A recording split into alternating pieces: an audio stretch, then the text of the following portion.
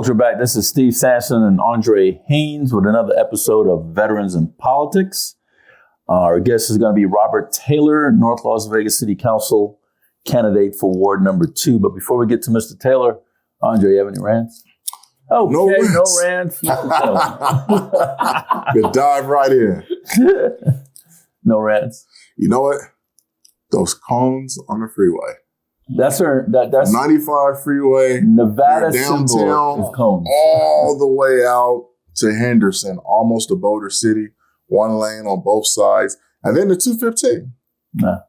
You know, I feel, here's what I think. I think if a person is driving on a place like that, streets or freeway, they get into a collision, whether they're at fault or somebody else hits them, the city should be liable to pay a percentage of that. Because that's, what is it called? Contributory negligence. Mm. Yeah. That's what I think. You're right. And then all the plaintiffs should get together and do a class action. You know what? I think we need to go to the next legislative That's session what I think. next year and make that happen. That's what I think. We lobby all those assembly people. Yeah. When we do our endorsement interviews, maybe we should It's coming up. That's right. State Assembly, State Senate. State Senate is next Wednesday on the 3rd. It's interesting because people never realize legally and fundamentally there's one set of rules for individuals, but when it comes to municipalities, it's different and it's not supposed to be. You have the county commission on Saturday, so at that famous place. What's it called? The name escapes me. Foreign. There you go. Come on. Best words out there. Foreign exchange. Oh, the foreign exchange. There you go. Right over there. Is it Hoover? Down there at Hoover. So, folks, we're having the endorsement interviews for Clark County commissioners and all the federal seats, U.S. Congress 1, 3, and 4, and the U.S. Senate seats and the county commission A, B, C, and D, all at the foreign exchange at 200 Hoover, starting at 9:40. Is it 9:45 in the morning? I thought it was 8:45. Go to the website. Yes. Veteransinpolitics.org. Yeah. Now, you know what I like about the foreign exchange? And it inspired me. The construction that's going on in the back? No. That hole in the ground? I love the ambiance. I love the decor. But when I walked in and I saw the charts that showed the billionaires and how much they have, and then the photos, I was like, you know what? I've been dreaming too small. Because here's what's interesting. When you go to school, and I love school, I love college, but when you go to institutions, educational institutions. You didn't drop out of college like that what's his name? That guy that's a university regent right now. He dropped out of college, but he did? He wants to be he's trying to tell people they need to go to college, but he dropped out and he's on the regent. He's on 40. What's his Byron Brooks, that guy right there. There you go. Dropped out of college, but on higher education. Go figure. I'm only in America, Don King will say.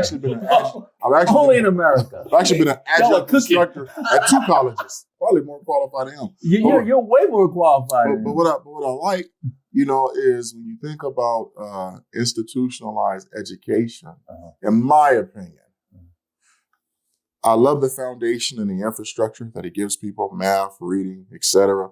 However, it's teaching a lot of them to be employees. Yes. Not employers, not self-thinkers. Yeah. And it's teaching them, it's not teaching them critical thinking. Yeah. So when I go into the foreign exchange and I look at the photos on the wall, I look at the charts, that's the kind of wavelength that it is. It a hookah bar? No, you know what? It's gonna be a hookah bar, right?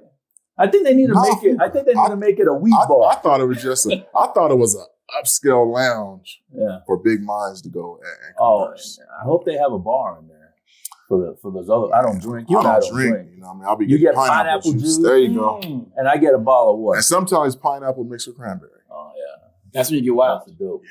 So I let my hair down. I wanted to know when this place is going to actually get open. You know what I'm saying? Because those people in that tower right there at 200 Hoover, that's the 150 suite.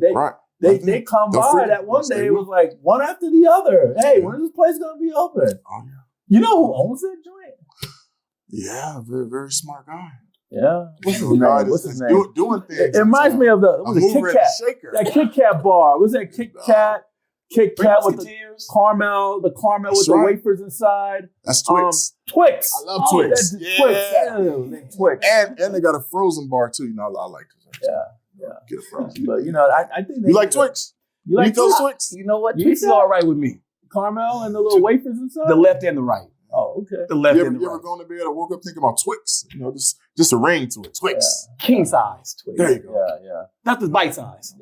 Yeah. King size. Gargantuan. So whoever this Twix guy is, he needs to step up his game and get that place going. That way we could do all of our endorsement interviews in there. You know what I mean? Who the heck is named Twix? Like, Who the hell? Who would name their child Twix? Who would do that?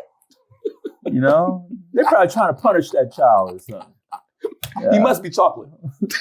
Gotta be. He gotta be chocolate. Or caramel. You know? With a cookie crunch. With the wafer inside. But Twix is probably is better than too sweet. True. You know? True. Because then your diabetes might shoot up. Yeah. Sugar level will pop up in that one. But anyways. So are we done? We good. That's my rant. I got it off my chest. This is a very good rant. I'm glad we got this going. So here's all I want to say. And this is courtesy of Steve Sansa if you have any problems. When you're out there driving and you see the cones, pick them up and say, Santa told me to do it. Yeah, pick up all those cones. They're blocking the way. You know, our nation's symbol should be a traffic cone instead of we got a bird or a tortoise. I don't know what we got. Bighorn sheep. Bighorn State of sheep. Nevada. Yeah, there you go. I suggest this too. I know I'm jumping in, but Who's this guy? who is this guy?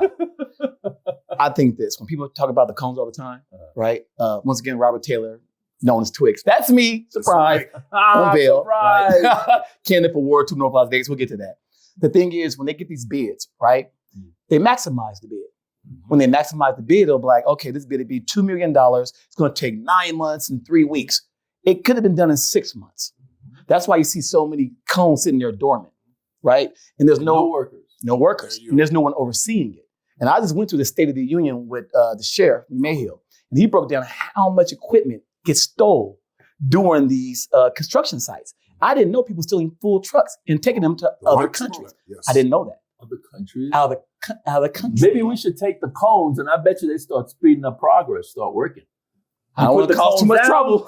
Put the cones down, you start to work. Well, the interesting thing is this: when you look at the Department of Transportation, and then you look at the city engineering departments, what a lot of people don't realize, when it comes to the money, it's a use it or lose it.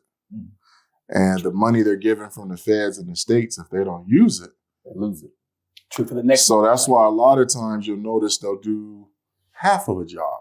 So they're forced to return the following year, and now they get to include that money in their fiscal budget because the following year, if they do the job completely incorrectly, well, now we don't need an extra 1 million, 5 million, or 10. That budget goes down. They can't get it back. That should be stealing. It is. That's stealing. It really Who oversees that though? The heads of NDOT and the city. Of Transportation. Correct. Correct. But you know what? That's right up your alley because you're running for city council, Ward number 2. Yeah, so Mr. Drive in North Las Vegas. So, Mr. Taylor, tell us about yourself. Thank you for coming on the program. Yes. Thank you. Tell us about yourself. So I'm born and raised in North Las Vegas. My family's from Tulsa, Oklahoma. If you know your history, that's where Black Wall Street is from. I began being a barber, bootleg barber, meaning not licensed, in 6th grade. I started DJing in 4th grade. I started rapping in 2nd grade. You got an album? I have a couple albums out, but get out of town. No joke. Yeah. I got an album with Jay-Z, DMX, Ja Rule. Yes, sir. Nice. Oh, wow. Google Do you know B. Taylor? B. Taylor? Yeah. I don't. Okay, we'll talk about it though. He hangs out with Jay-Z and he does rapping and all that. I can believe it. I don't know Jay-Z, but I'm on the same soundtrack with Jay-Z. Oh, or he hangs out with Ray J. Ray J. Oh, okay. Yeah. I met Ray J multiple times. Yeah. Yes, sir. And so I did music. Used to play the piano when I was younger. Did a few things. And talented. Piquito. Okay. So Habla español? No, Piquito. That's it as far as it goes. Piquito. But I got my first business when I was 23. I went to barber school in Long Beach, California when I was 19 years old. When I was in barber school in Long Beach, California, I ended up being on the Gregory Hines show as a, an extra. Okay. So that's when I learned the Hollywood business, Hollywood production. And I learned when you're extra, you can't wear a red shirt. Why? Because it sticks out and you're nobody. That's how the producers will tell you that. You're a nobody. So they will tell you that. I've never seen adults get cursed at before until I was in a movie set and more TV sets because people wear red shirts and they're like, stop, who are you? They say the name, I don't give a, They're like, you are the extra. We don't know you. Why'd you bring a red shirt? Get him out of here. I saw that constantly. And I'm like, what kind of disrespect is that? And people took it. Nobody talked back. So I was like, wow. Me being 18, 19 years old in Barber's College, but also doing the extra work, I realized like even adults could be treated like children if they're in a certain position. Wow. So because of that, to me, like life is like chess. You want to make it look like checkers because checkers is it's not aggressive. It's not offensive, right? It's not threatening, but you always have to know it's chess. And I learned all these different things in California. So when I came back to Las Vegas, I thought I had an edge because I was doing things most, kids my age didn't. So when I got my first barbershop at 23, ever since then, my whole thing was I want to create businesses to hire people and try to inspire people at the same time. Right. And I just like the fact that I'm able to create my own time, do what I want to do when I can do it. Okay. I like that. So how did you, what are all these businesses you own? Let's hear them all. So I lost a few. Things happen. That's about life. So I owned Fade 'em All Barbershop franchise. At its height, it was 6 barbershops and 5 salons, right? A few of my shops got bought out by the landlords, right? At the end of the day, if your lease is 5 years and the landlord wants to do something different, they'll tell you like, hey, you know what? We're not going to renew your lease. Correct. Yep. And you can't beat that unless you own the property. Right. So that happened a few times. And then I got divorced. It's right down the middle. I lost half there. But I won't say I lost half because she's still the mother of my children. Right. So the kids are good. Right. The kids are good. So I never look at it as a negative thing. Right. I've owned a photography studio called Tailor Made Photography. Mm-hmm. I'm big with filling in voids because as a kid growing up, I had a mother and father, and my dad was real big with seeing our family a lot on the wall. So we had professional pictures. But since we're dark complected, a lot of photography companies didn't know how to edit us. Mm-hmm. So it was like bogus.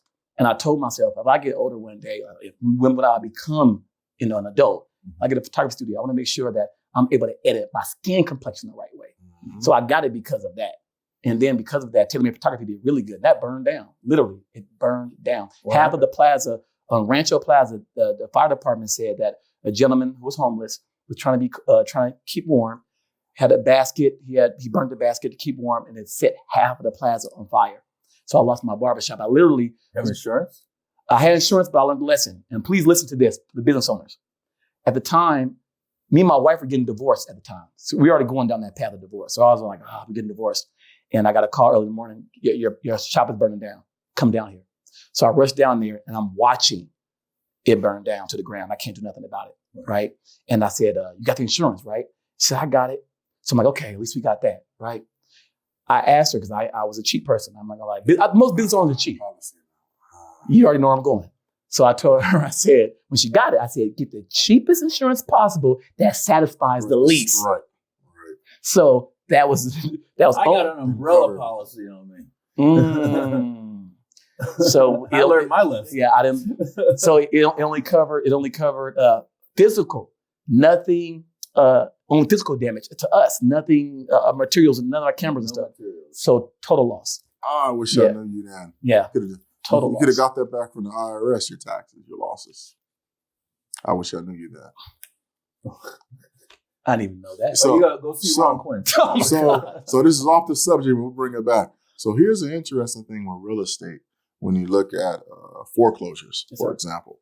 Well, when a person gets a loan, right, oftentimes the bank, 99% of the time, so the person puts down 20%, right?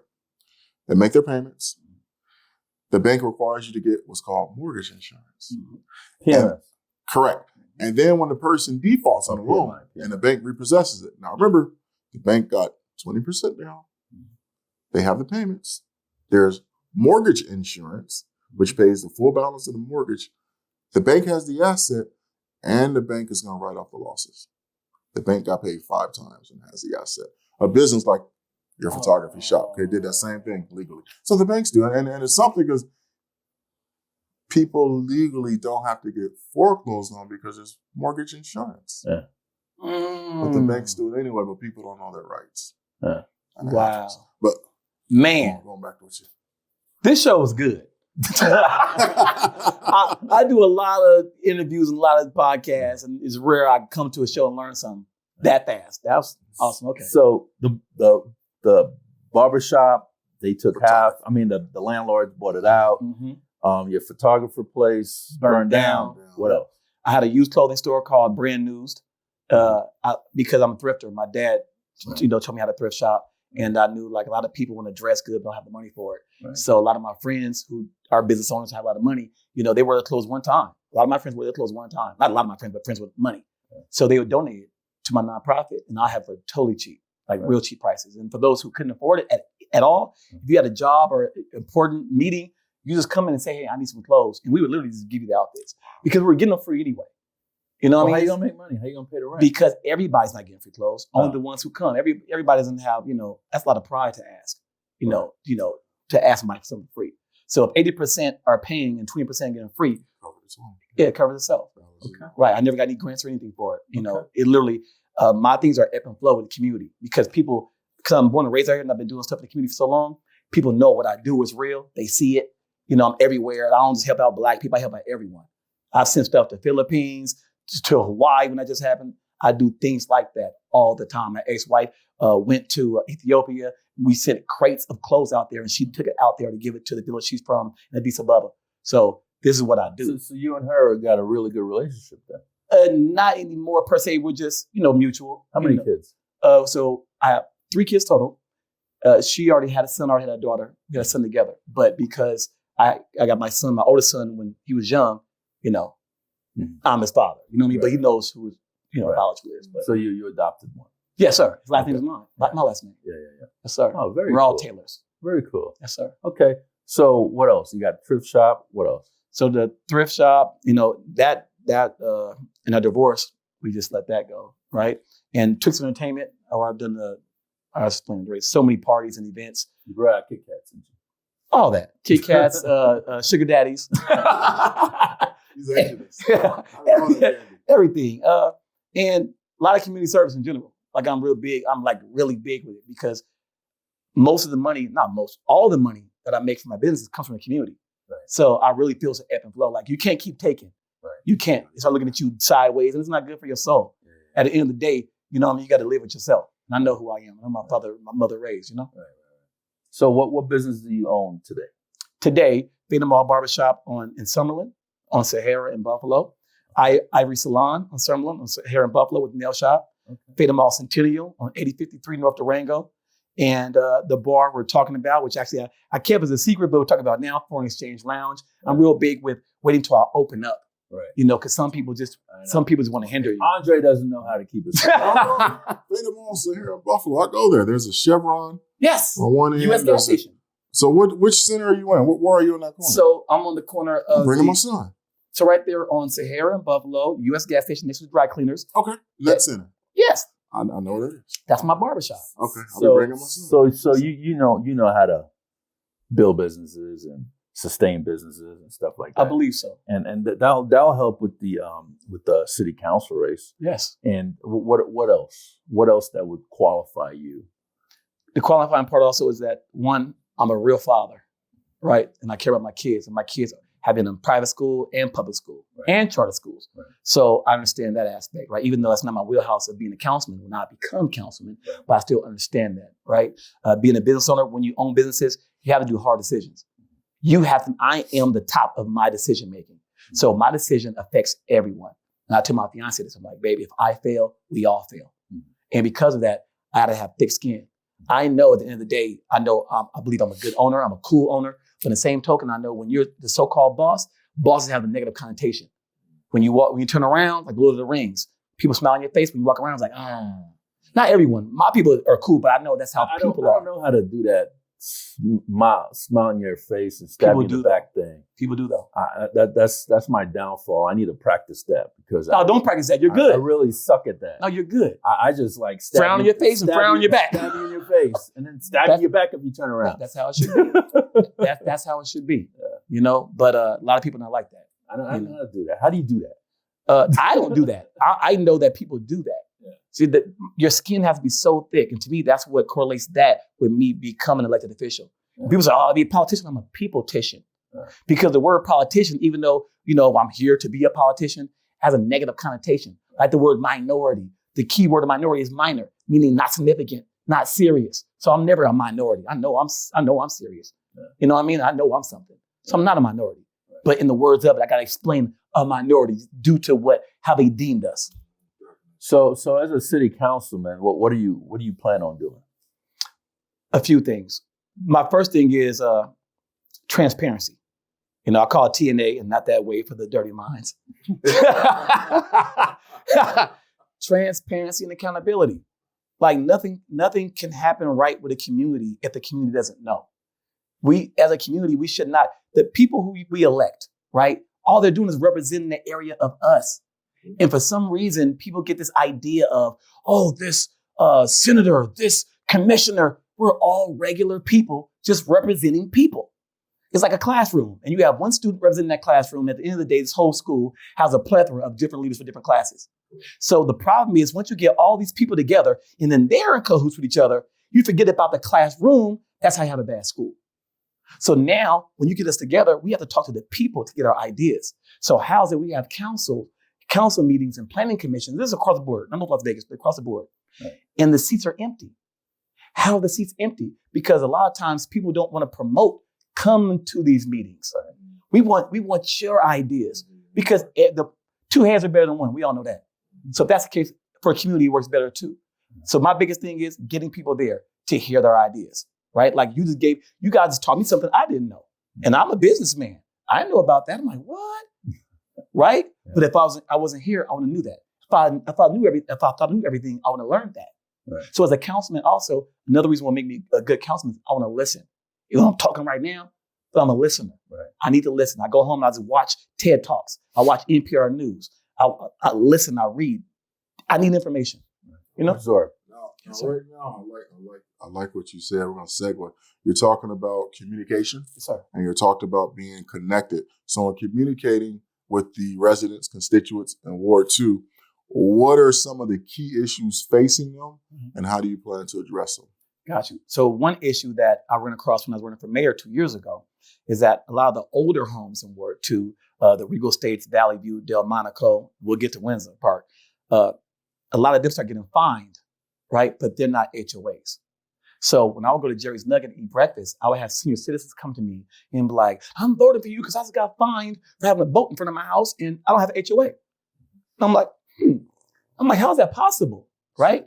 Now, on the one token, I understand, you want to make things look clean, but the community needs to know these things. We need to know to figure out how can we make it better, right? And if you go to these neighborhoods like Valley View has a lot of vacant lots, right? Now you got glass in them and, grass growing up, it looks bad. That messes up the value of the property, right? So now for you're a homeowner, you've done everything right. You served in the military, you're retired, this is your home, and you're trying to get some equity out, but because you have so many vacant lots, your area is depreciated. So now you can't even get the money out like another person, your counterpart living in a different ward. That's not right. So I have an idea, and sometimes people have big ideas, people get scared of it, right? But to me, this is an idea that we should all work on. I feel like this. There should be something in play to where we could contact the owners of these vacant lots. And hey, listen, can we make this community garden? If we do, we'll give you this. We give this grant money, right? And then once you sell it, we'll convert it to where, they could put a house on it or whatever. But during that time period, it's a community garden. Now, people in that community, right, are members of that community garden. And now they have to keep their house up to reap the benefits of using that community garden. Like we have all this stuff right there. Neighborhood development. And it makes sense. Neighborhood development. When I was in Vancouver, it changed my mind of life. Because in Vancouver, I saw in downtown Vancouver, they had these beautiful buildings, right? And out of nowhere, it'd be a community garden in the middle. And people would stop their cars and get out, plant roses and grab fruit, and get back in their car. And people, it's an ebb and flow once again. I'm like, we could do this. And you have to travel to see different things. When my brother, rest in peace, in Marines, he would tell me, he's like, Robert, traveling the world changed your life. I haven't traveled the world yet. He's like, traveling the world changed your life, different perspectives. And that's right. When you go to different places, you see different things. So even though I'm born and raised in North Las Vegas, I love North Las Vegas, I have to travel to see different things to bring it to North Las Vegas. People talk about Tijuana so bad for years. It had such a bad negative connotation. But now Tijuana is thriving. Tijuana has these two. Like Oceanside. Yeah. Yes, sir. They have these two buildings. One building is all medical. The other building is all just for hotel. So now I got my teeth done there. I'm sorry. I went to another country and got it done. Right? But I'm transparent. I'll tell you the truth. Right? I went to Tijuana got my teeth done in Tijuana. But out there, I saw what we could bring to America. In Tijuana, they have it to where I'm like, North Las Vegas could do this. We could build a medical center to where we have a hotel next to it and everything's there. And now Tijuana is changing. It's changing. And they had a bad name for years. North Las Vegas do the same thing. And we could do that. We just got to have people who believe in it. I'm not here to try to just come in and change stuff. I want to put ideas to the table and come with solutions, resolutions. Complaining is free. So you ran for mayor. Yes, sir.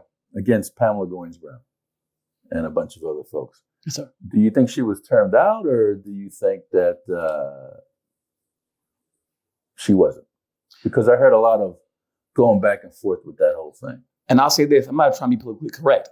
I'll say this. A lot of people told me a lot of things, right? And I talked to a few lawyers about it just to ask them, right? And they had different opinions. But I did know a lot of people was telling me I need to file a lawsuit. I'm like, I'm not filing a lawsuit. I'm going to win on my own merit. If that's the case, I don't need to win this way, right? If this is her time, this is her time, and I endorsed her. She's from Las Vegas. She's from North Las Vegas. So, I endorsed her. But in the same token, what's going to be is going to be. Whatever it is going to be that way. And if she is termed out, what's going on? That means we're all ridiculous, right? If she's termed out and she's there, that means we're ridiculous. Or that means she's not termed out, and how the law is written, they didn't put it in stone to where it makes sense. It's all about verbiage. So technically, apparently, she's not termed out, and I have no problems with her being the mayor. So what makes you stand out above the rest of the candidates in your race? One, I'm an entrepreneur. So I hire and fire. It's different when you do that. Not meaning I'm better. That means I am different, and when you're at the point where you have somebody at your business who works at your business and they've been there for 10 years, or 15 years. I've been on this for 23 years now. And they call you uncle because you're the people who work at your business, kids call you uncle. You know how hard it is to fire that person, right? So that makes me different because I have to do hard decisions and I have to know it's right. But I don't just fire people. People fire themselves because I want you to stay, right? So as an elected official, I'm the same way. If you're not doing your job right, I'm like, we need to talk about this person right here. Things are not running right. It needs to be ran like a fine oil machine from the bottom to the top. At the end of the day, I speak a lot at schools. I was telling these kids, I'm like, who's the best player in the NBA? It's like LeBron. I agree too. That's a subject. But anyway, like LeBron. I said, I love LeBron too. I said, but if it wasn't for that, I did this. He said, cameraman. So if it wasn't for the cameraman, you wouldn't know about LeBron. If it wasn't for the people who make the basketballs, he could. And I kept going and going and going and going. I said, that shows you kids that everyone is important. We as people just value people differently, which is unfair. But we're all equally important. So me as councilman, I wouldn't just come in there like, I'm the councilman. The clerk. Essential and what's not essential. Right. We all are important. We all are essential. Mm-hmm. And when you treat people that way, you get a different environment, and that's what I'll bring to the table, positive energy. I like that. So you're talking about individual value and how that individual value can add to the team value. Sure. So with that being said, Ward 2, you're one of several council members.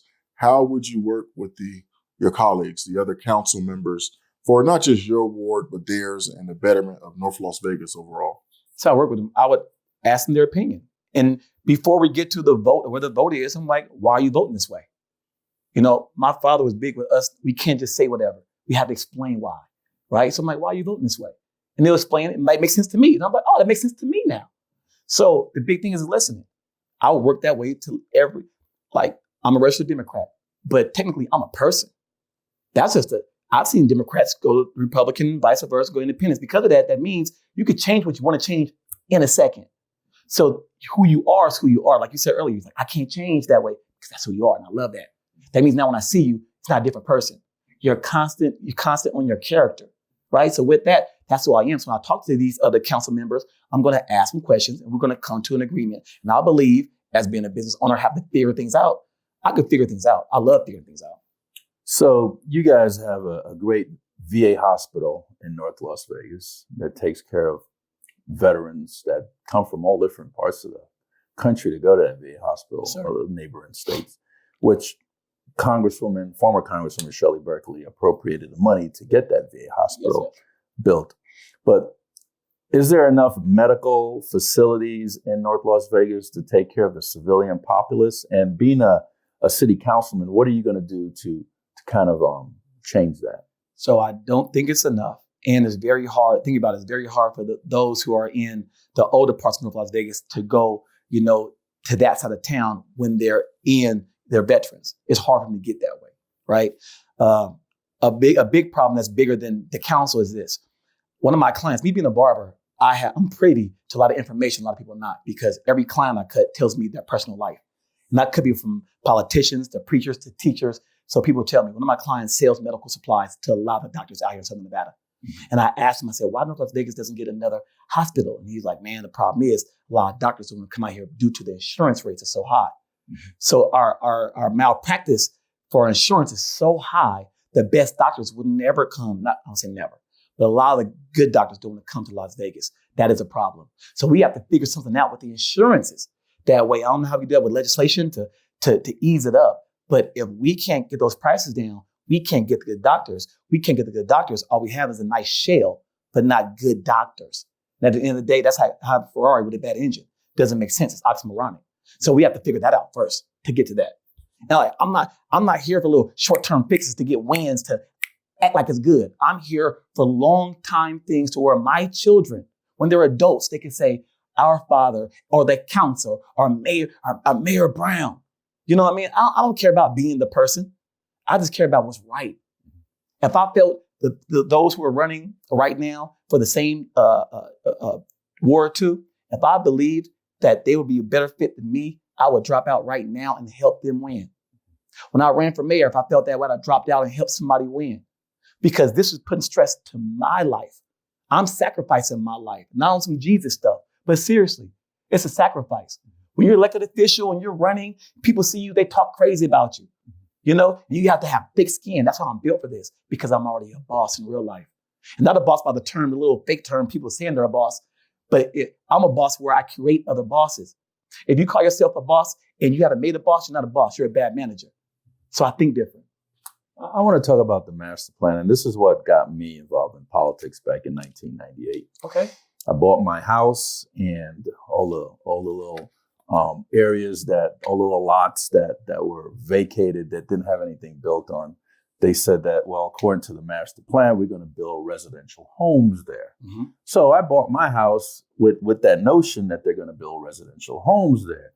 So a year after I get my house, all of a sudden I got my house in 96, and it comes 98, they want to put a fire station there. Now, I don't have any problems with fire stations, hospitals, prisons, police stations, but I don't want it down at the end of my cul-de-sac. Right. You know what I mean? Right. So I end up going to my county commission, which was Erin Kenny back then, and she gave me a Russian of bull crap that was going on, right? But it was all about money. It wasn't about safety. It wasn't about any of that. It wasn't about the residential needs. It was all about money, because it was easier to put it there than to put it on the more property that's on Flamingo, which is more expensive. Higher traffic.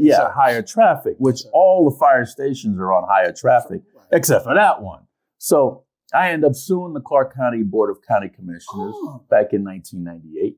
I didn't win, but I learned a valuable lesson. And my lesson is to get involved and don't believe what these BS politicians are saying to you. Actually find out for yourself.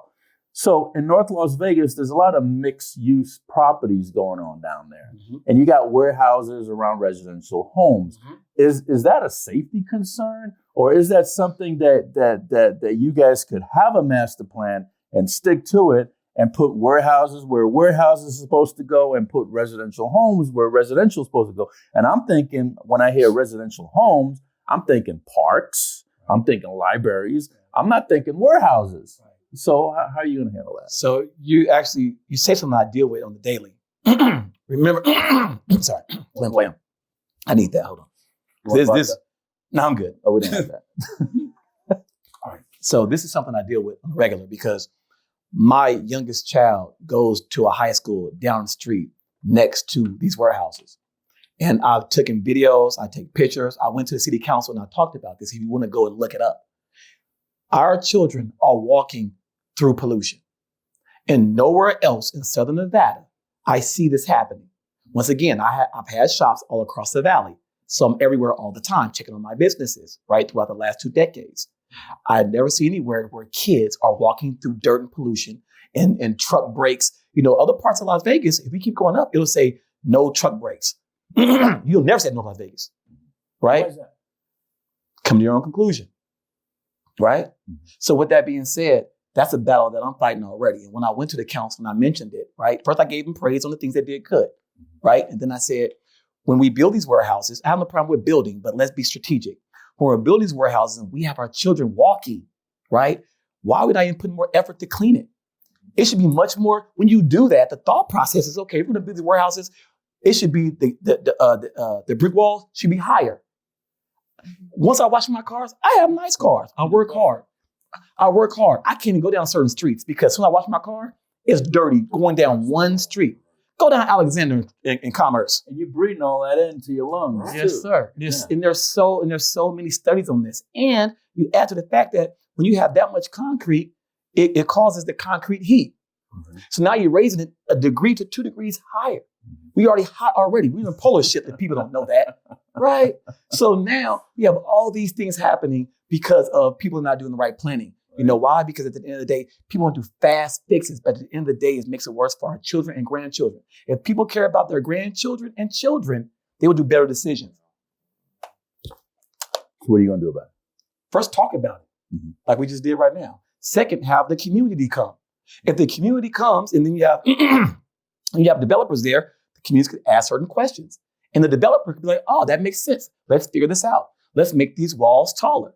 I guarantee you every union would like that. That's even more work.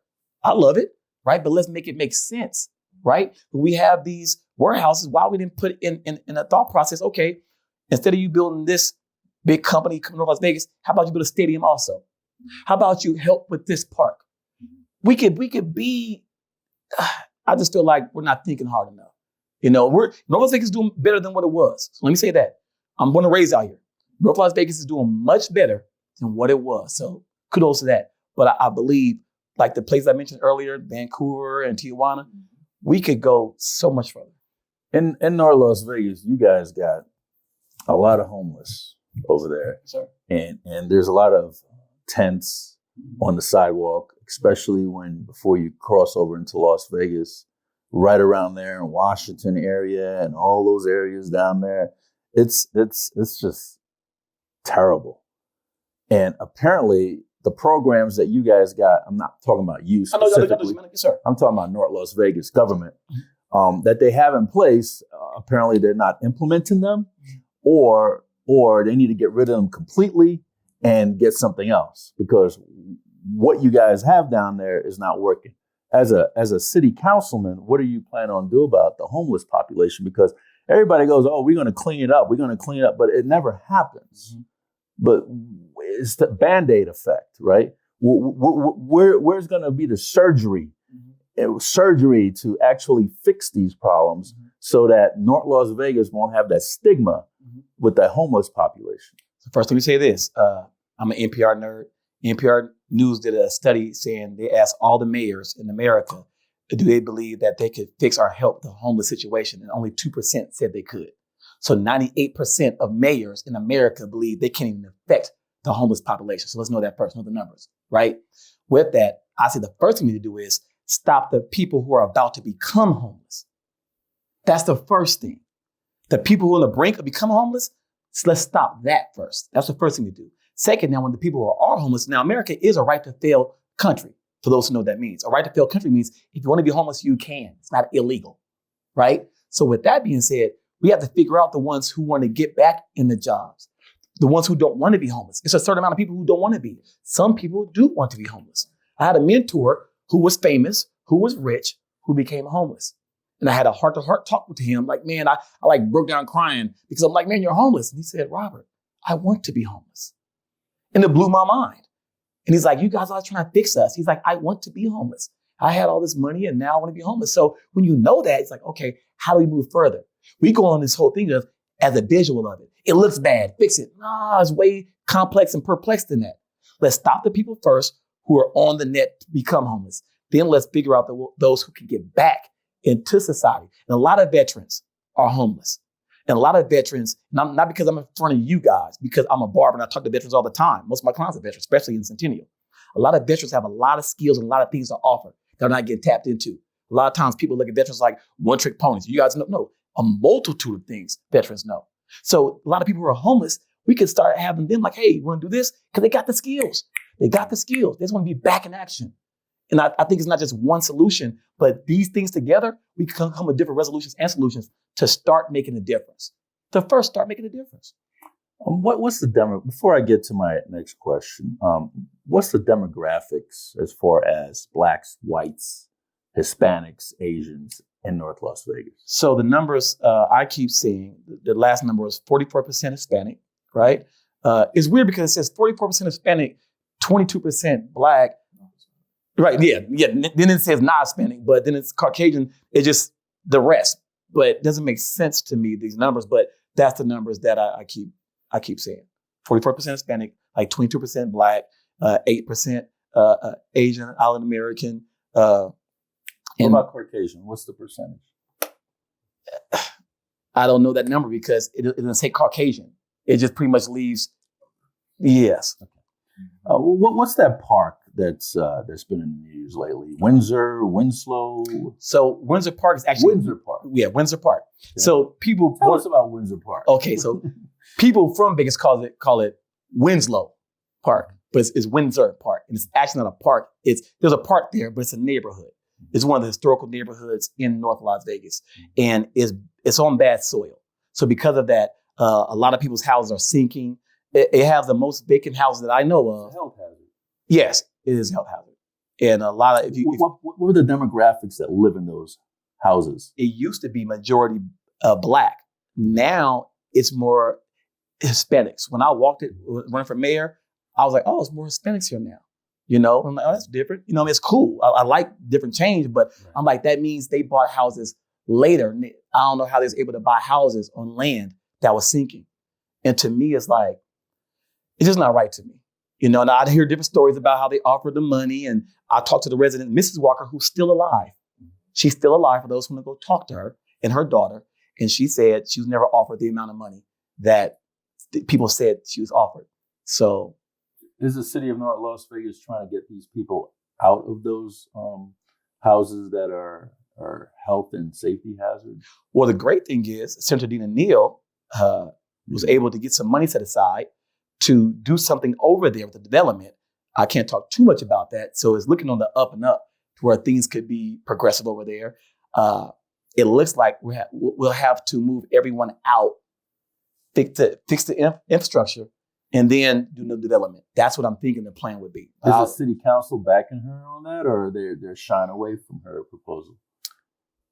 I'll say this. If they were backing her, they've had an ample amount of time, opportunity to do it. Mm-hmm. Why would they have to back her when they could do it? Mm-hmm. Well, why do you think they're not doing it? I don't know. You think it's a money issue? Or maybe it's an issue that's so complex. Not a priority? Well, automatically, if you're not doing something, it's not a priority. Mm-hmm. You know what I'm saying? Like, it's like that's just like automatic. You know, it's not on the top of your priority list. Yeah. It might be a priority, but it's on the top of your priority list. I want to know if there's any mold or anything like that in these houses that are sinking. You know, that's a great question.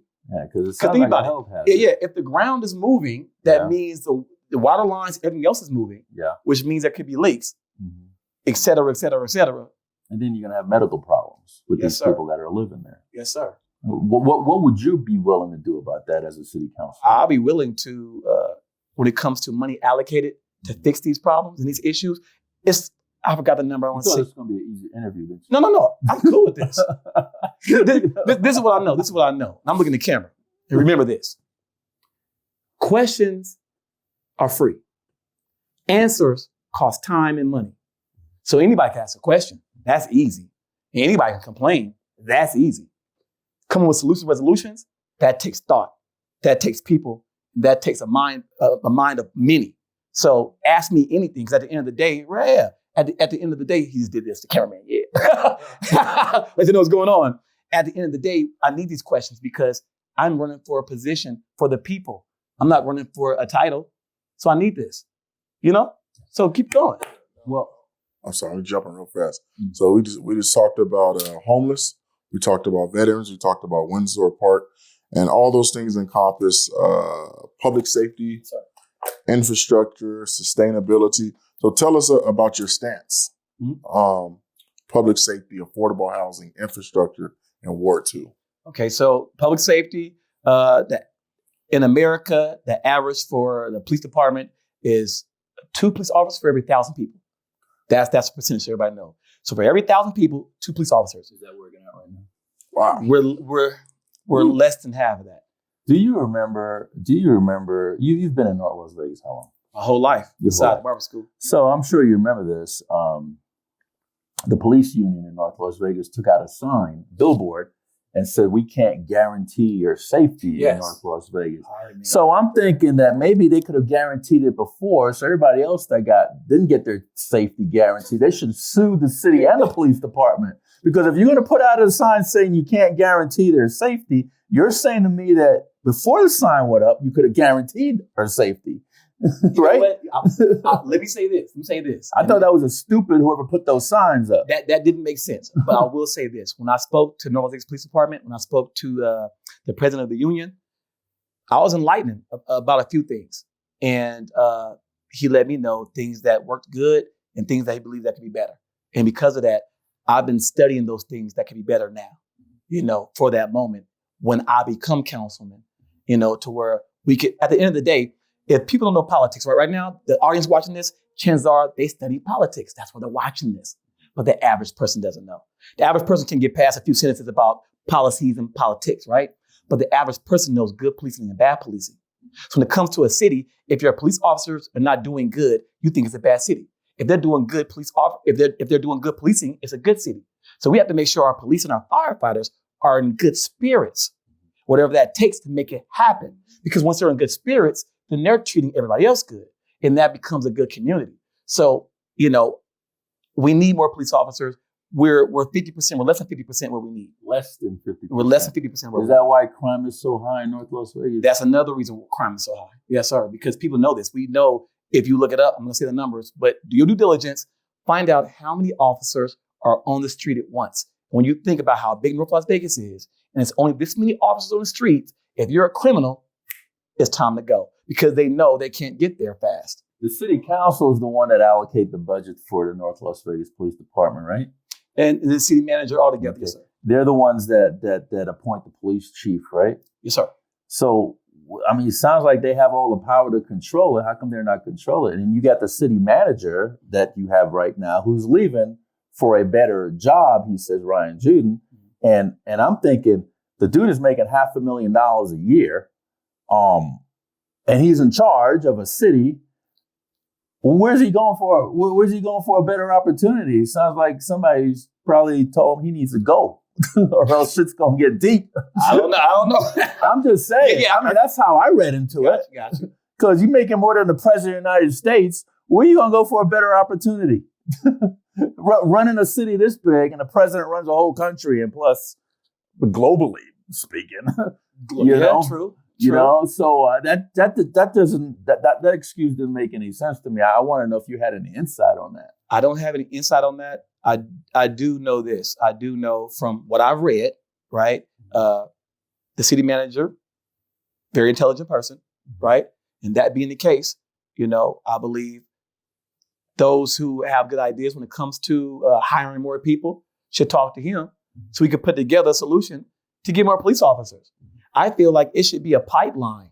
Like at CSN on Cheyenne, it should be a pipeline. They train there. It should be a pipeline to where, hey, Canyon Springs, we should have all these kids trying to go to different, besides colleges. College is great, talked about earlier, right? But how about law enforcement? How about firefighters? How about going to the armed forces? It should be intentional. And I feel like my age, we're the same age, right? I thought we were the same age until you said you got a house in 96. So that means you got a little more years than me. But how old are you? 46. Oh, shit. What are you younger? I got 10 years on you. You look good. Thanks. Okay. Yeah. Hello. Yeah. Okay. All right. Palomino does wonderful. I don't know what that is. What's that?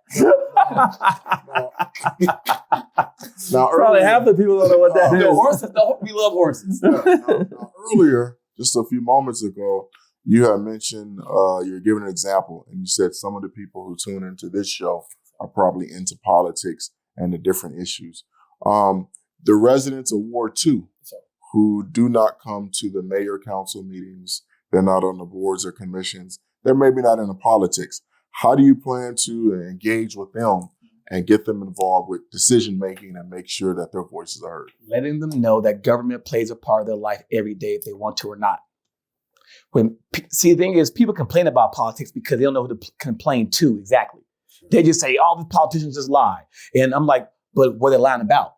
Not saying they're not. Not saying everybody's telling the truth. But people don't know the difference of a legislator and a councilman and a mayor and these different roles. So once you know the roles, now you can hold them accountable. That's the A word, the TNA, transparency and accountability. So now if you let people know, hey, I'm over this. This is my duty. Now, if you say it out loud, people know to come to you, right? So we need to let everybody know this is what our job. You guys elected us for this, and hold us accountable. And now that'll make people come because they know who to talk to. My neighbor in my neighborhood, I almost not say her name, but she called me up because there was a smell, right? She's like, this smell is pungent. Her mom is doing really bad, right? And she called me up and said, who do I call? I told her to call the city, ask for a local councilwoman, right? I said, let her know, right? I was very shocked how fast they fixed it. And I'll give them this. Like 2 days later, they fixed it. And she called me up. And she's a knowledgeable person, but she doesn't follow politics like that, right? She's knowledgeable on other things, but not politics. She said, thank you so much. They actually fixed it. Whatever it was, they fixed that smell. Thank you for doing that. And that brings me to another point. So we're talking about transparency and accountability. How do you plan to promote that with the city council and their actions and decisions? Well, you have to be intentional on how you do things, but in the same token, make things fun. At the end of the day, like as a barber, people come. I've had people come to the shop, and I know I can tell it's a racist tension when they walk in. Because they walk in, they're like, "Oh, I'm in the wrong shop." I'm like, "No, you're in the right shop, sir." And they're like, I'm like, "No, come on and sit down." I know how to talk to people, and because of that, that's a training, the constant training. When I was at Votech to study to be a CNA. We walk into rooms for people who are passing away. And then we walk in and like, I don't want you. And I knew it had racial, connotation. And I'm like, well, you know what? I care about you. You don't have to care about me, but hopefully I get to your age one day. When I do, somebody young cares about me. And people go, right. So because of that, it's not game. I'm not playing around with you. This is who I am. At the end of the day, if you don't like me, great. Because I know you're going to like me because I'm not trying to be liked. At the end of the day, you might not know anybody who's that real. At the end of the day, you've been wanting to have somebody that you know is consistent. And at the end of the day, that's why people love me, because I love people. So at the end of the day, I could be able to counsel with anyone. And we keep talking, I'm going to like your kids, you're going to like my kids, we can get a rapport. Once the rapport happens, then the magic happens. I'm not trying to, I don't have to come and try to be your friend. No, I'm just coming in being real. And I think, because I know your ROI, I know your ROI, I know your ROI. I know my purpose. So all I have to do is align my purpose with everybody's ROI and everybody's happy.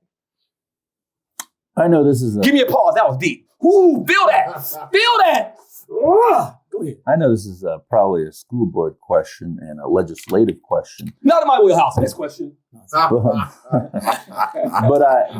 I know that the city council has power and influence. Yes, sir. And they have lobbyists and all that good stuff, and people would eager to listen to them than somebody off the street. So what do you think about the CCSD, the schools that are in North Las Vegas? Do you think that we should break them up and guys should have you got your own police department, you got your own fire department. You think you should have your own school facility as well? School district. Then break off from Clark County School District. That way you could better be more hands-on what goes on, the curriculum, and you guys had that fight in Rancho and killed that one kid and they ganged up on him and all that. You more hands-on about what subject matter is being taught to try to get that grade level up? Because there's a lot of failing kids in North. Well, there's a lot of failing kids across the state, but there's more in North Las Vegas for some reason. Mm-hmm. Is it the environment? Is it the neighborhood? Is it the homelessness? Is it the low income people? What is it that are pushing these grades down? That a city councilman such as yourself mm-hmm. could bring them up. What do you need to do? So it's a lot of things. First thing is it's going to sound very simple, but hope. If kids are hopeless, they'll do whatever. I got a lot of friends who got murdered. I come from a neighborhood that was a great neighborhood that ended up when crack came in our neighborhood. Let's be transparent. When crack came into the neighborhoods, I seen the whole thing fail, right? And my brother went astray, joined the military, did great, came back, and he got on drugs again, right? And it got worse. And he got murdered, unsolved mystery. With that being said, you times that with so many houses, so many homes, right? The thing to make it better is first hope. These kids are hopeless. They don't care. That's why, and this is not a sales pitch. This is me. I'm the vice chair at Cane Springs High School right now. Not because my son goes there, because I'm in schools all the time. When I found out I could be a part of the SOT board, I joined it. And then I became a vice chair, right? So now I'm doing influential things at Cane Springs. During their Black History, I did things. During in general, for all kids, I do things for them. I just stepped and performed for the kids. I got a bad shoulder at Cane Springs to give them hope. And after I get their attention, I hit them with okay, you could be an entrepreneur. You can go to school. You could do this. You need to hear that. These things change kids' lives. And if more of us do that, we change the perspective of how they think. They don't want to kill somebody or rob someone. So first, it starts with us talking to our kids. It's a disconnect. All we do is blame these kids. Oh, these kids are so bad, but who's talking to them? These kids are doing something right now. Let me say this for the record. I'm not getting too far off that subject, but these need to be heard. These kids right now are doing something that none of us could do. They're solving racism. These kids, for the first time, I'm seeing Black, Hispanic, Latino, Asian kids all together. During my time period, we was on the same street. On the same street. All my friends who were Hispanic, they were my friends, but I never got invited to a quinceañera. That was their thing, right? Now, Black kids, white kids, all kids go to quinceañeras because all kids listen to the same music now. Because of that, they're solving something. We're not even recognizing it. So now, even to listen to music, they're doing it. But now we got to tap into that because they're solving that, but we're not giving them hope. The economy's getting worse. It's harder to buy a house. During your time period, to buy a house is cheaper. My time period, every period is getting harder and harder and harder. Now it's almost impossible to buy a house. So what do they look up to? They're hopeless. We have to give these kids hope. That's the first thing. That's the first level. Mm-hmm. Yeah, the second level, the original question about breaking it up. What do you guys think? Do you think our city is running better than Henderson or Las Vegas? If it's not, why do you think our school district would? That's an easy one. You know what I'm saying? The easy one, I think. I know the city council is supposed to keep the residents safe, bring money into the city, help the city grow, clean up the city. I mean, those are the jobs of the city council people. Keep the people informed also. But when I have Arnold Stark, who is the founder of Veterans Village, when I'm telling him I'm bringing him a bunch of food, non-perishable items, and I got a truckload of stuff, and then he's telling me that if you has to be brought at 8:00 in the morning on this particular day. If it goes a minute after, you can't bring it because of the crime in the neighborhood. I'm like, what the hell is going on? That's wild. Because of the crime in the neighborhood. So the crime is affecting businesses. The crime is affecting people want to bring items to help with the needy. It's affecting everything across the board. So this is a major concern. Some of these neighborhoods in North Las Vegas, people don't want to even walk down there.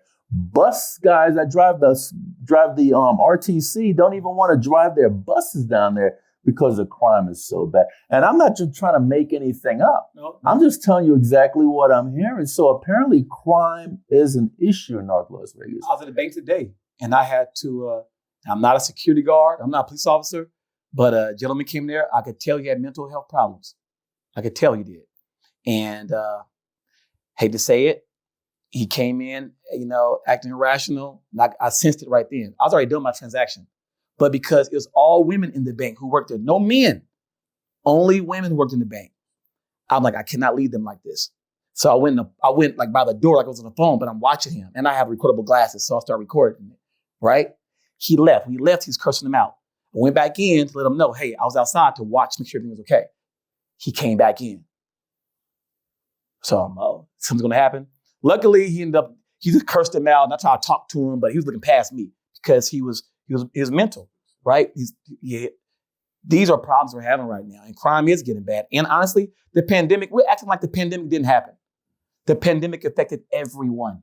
We're all affected. Like when I was running for mayor, to go back to that, because I said this in my speech, and I'm going to get the video and post it, because I studied how humans act, and our emotions.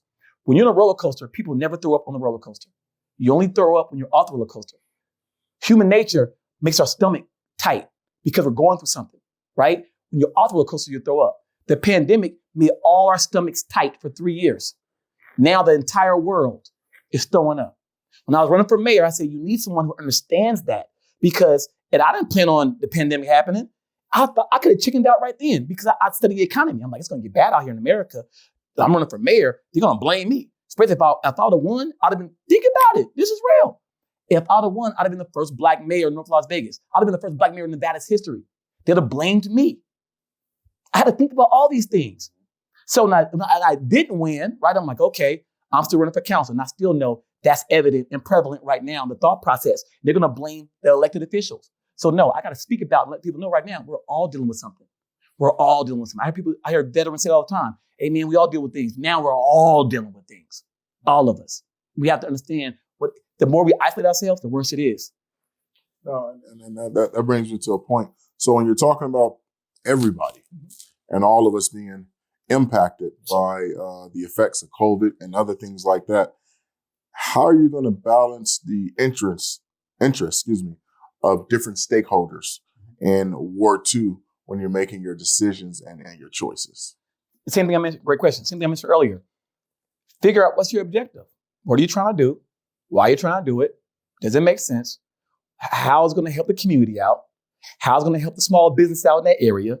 Okay, let's do it. And then I have no problem speaking up about something that's not popular. I was at an event to where most people there were black, and most people were going against a certain thing. But I feel they didn't have enough information. So I raised my hand. I said, I believe this, that. And the news captured me, which is crazy. The news captured me saying it, but that's how I feel. After I said that, most of the crowd was like, I didn't think about it that way. You're right. I'm like, I'm not trying to be right. It's about what's right. Once you remove yourself from the situation, it's not personal. Once again, that's why I keep mentioning my children and my future grandchildren. Once you think that way, you make better decisions. When you think about yourself and you take it personal, you're like, oh, this person, this builder, this union, now you're personal. We have too many elected officials getting personal. And now because they have a personal problem with a certain union or with a certain school board trustee, you're making bad decisions for all of us. And you have to be humble enough to sit back and talk to people and listen to them. Like I mentioned earlier, people said, don't go to the veterans. They ask the hard questions. Don't go to them. No, I'm going to go to them. You know, what's his name the basketball player who played for Michigan, who's a commentator with a nice haircut, Jalen Rose. Very important, correlates with what I'm talking about. Jalen Rose asked Kobe Bryant, after Kobe Bryant passed away, they were talking about Kobe Bryant's great speeches. He asked Kobe Bryant, what is a lesson that you could teach me that people don't know that much about you? He said, I learned that I'm the star player. And because I'm the star player, when it comes to double teaming and triple teaming, they will always double team and triple team me. He said, because of that, I always go to the double team and triple team. He's like, when you go towards a double team, triple team, they're never prepared for that. Bring it to them. You bring it to them. Offense is never prepared for defense. And when you do that, so by the time I come their way, they're discombobulated, then I cross over and I score every time. So when he said that, I'm like, that's genius. That's how I think about things. So I have no problem when people say, don't go there, don't talk to these people. I'm going to talk to them.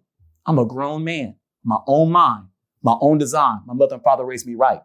So I'm going to talk to everyone. And when you do that, you come with solutions and resolutions. You should not be scared of anyone. Hello. Let's talk about veteran issues. You got a veteran resource center, community center that just got up and running, I believe, about a year ago. It's on I would call it a mobile structure. It's not a permanent structure. As a councilman, what could you do about making it a permanent structure? So I believe once I am elected, right, I would know the money we have allocated for certain things, right? Well, North Las Vegas prides itself, which they should. It prides itself on our veteran population. Prides itself, we have this many veterans, but we got to act like it then. If we're not acting like we're just playing around, we're just saying stuff. And that's dear to me because I mentioned my brother earlier. My brother was amazing. I looked up to my brother. I wouldn't be here if it wasn't for my brother because I emulated him. He was my superstar, right? So what happened to my brother and me watching it happen to him, if my brother had a place like that, right? Even though it's on a mobile structure, if my brother had a place like that, that could have changed his life. He could be here right now. But let's imagine if it's a real brick and mortar. I see all kind of brick and mortars paid by the government. All kind of them. But why the veterans can't have one? What? Like, let's not act like it. My barber, I had a barber named CJ Army. He passed away about 1.5 years ago, pneumonia. He was fighting a lot of situations. And when people would come in on Veterans Day and tell him thanks for his service, he hated that. He literally hated that. And by him hating that, I asked him, why you get so mad? He would get angry, like go outside. It's like, because people just say it, but they're not acting like it. They don't mean it. Yeah. It's just something to say. And he thank you. Words. You know what I mean? And when he said that, I'm like, oh, wow. It's to make them feel better about themselves, but it absolutely does nothing for the veteran. It's like donating to the Negro College Fund. Sounds good, but what are you really doing? Yeah. Right? And I didn't think about that till you said it. So because of that, I don't even say that thanks for your service like that anymore. I look and I thank them personally. Like, what branch were you in? Man, thank you. I really appreciate that, man. Thank you. Seriously. Like, that's why I do free haircuts. You know what I'm saying? That brings me to Mr. T. Remember Mr. T? Come on, I love Mr. T. I pity the fool who called me a fool. who they had to drug to get in the airplane every time. Every time. Because he's scared of heights. That's and right. somehow nobody went to jail. But I don't know the story. Hello. So Mr. T, they did an interview with him, and he was saying, when I was poor out on the streets, nobody offered me a meal. Now I could buy a restaurant and everybody wants to take me to dinner. He goes, I don't need it now. I needed it then. I don't need it now. Why are they want to give it to me now and didn't want to give it to me then? Because at then I needed it.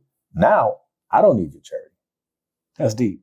That's profound. I don't need your charity now. So what do you want from me? Right? Because apparently you want something from me, reason why you want to take me to dinner. Right. What's your angle? Yeah. But when I was poor on the streets, needed food in my belly, nobody wanted to take me to dinner. Why is that?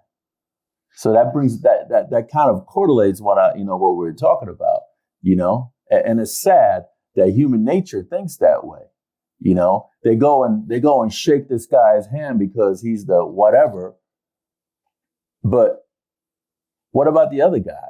And I remember Jim Gibbons, the former governor, Gibbons, the former governor of Nevada, Jim Gibbons. Yes. So I was at a party for the governor, and I was part of his security detail at that time.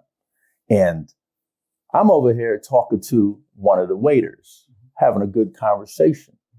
One of the governor's cronies came up to me and go, hey, didn't you see the governor walk by? Why didn't you stop and greet him? I said, number one, get the F out of my face. Hello. Number two, I'm over here talking to this guy. So you need to get that out of my face because he's what? A waiter. So he's less significant than the governor. He's a human being. I'm giving him respect. He's talking to me. I'm talking to him. Did you know he overheard me say that to this guy? And I had the best service at the table I was at, better than the governor, because he went to everybody and told everybody, all those hostess and waiters and waitresses, he told them all what I said. And I had the best service there. That's being and I was trying to consistent. I was trying to give them a tip, those guys, and they wouldn't take it. They go, no, you already gave us a tip. What you said to that asshole, that's what we needed to hear. Yep. So it's just human nature, man. That's real. But you know something, Twix, I really appreciate you coming on the show unless Andre has something else. I got one more question. Because I got a whole bunch. But I got one for y'all when y'all done. I got one for y'all. I was going to ask you about water in North Las Vegas, but it affects everybody. So that's right.